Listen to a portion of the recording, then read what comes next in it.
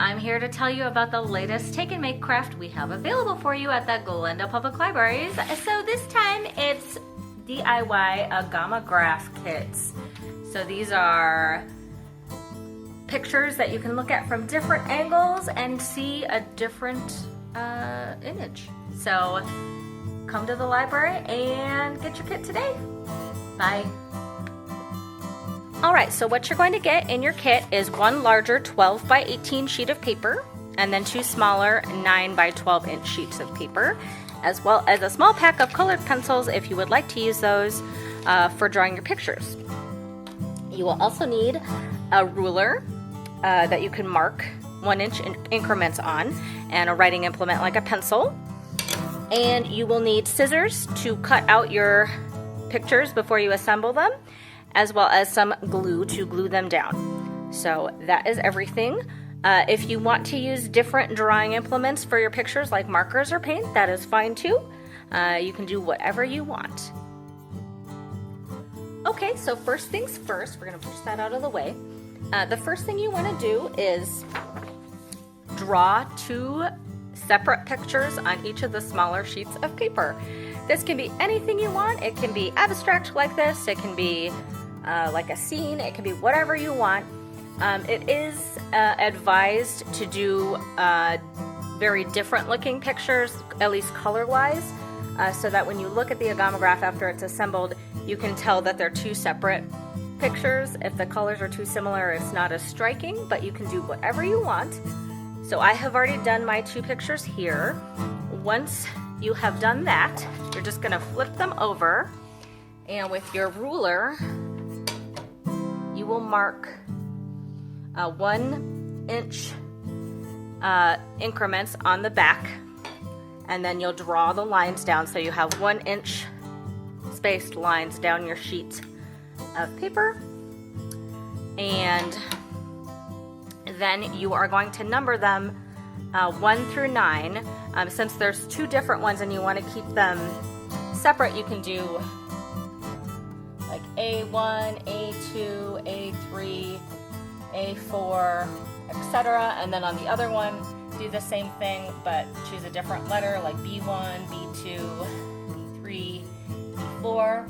And yes, you do want to start on the right side of the paper.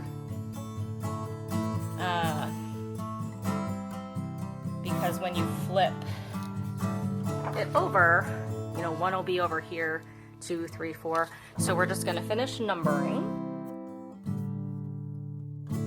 So you should have 9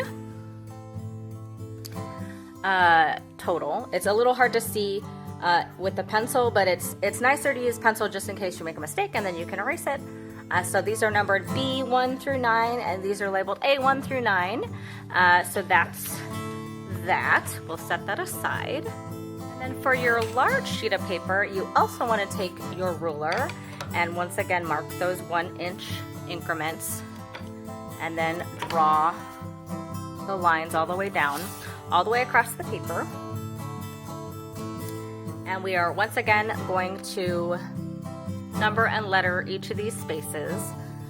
So you'll do, starting on the left side, A1 and then B1, A2, B2, etc. And so this is how you will lay out your paper once you have cut it. So.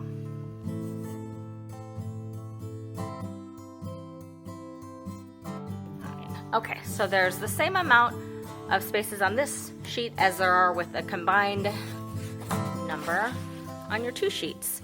So the next thing you're going to do is you're going to cut your pictures that you drew along the lines that you made before. So I'm going to go do that. I'll be right back. All right, as you can see, I've cut out my pictures at those 1 inch lines. So I have 1 inch strips of my pictures, and they're all labeled. It's hard to see. It's A1 through A9 and B1 through B9. And you're just going to lay them down on the paper with the corresponding letter number. But first we are going to fold our larger paper so it's like an accordion. So we're just gonna fold along those 1-inch lines.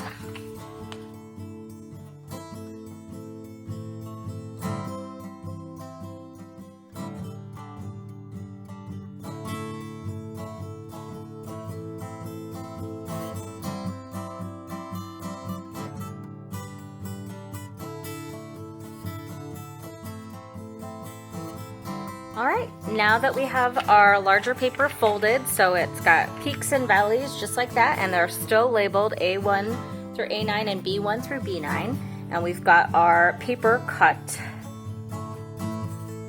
we can start assembling our Agamograph. So you will just find the strip of paper that you cut. This says A1, and then just glue it on the A1 strip there. Then you're gonna look for the B1 strip and put it right there, and so forth. So that's what we're gonna do.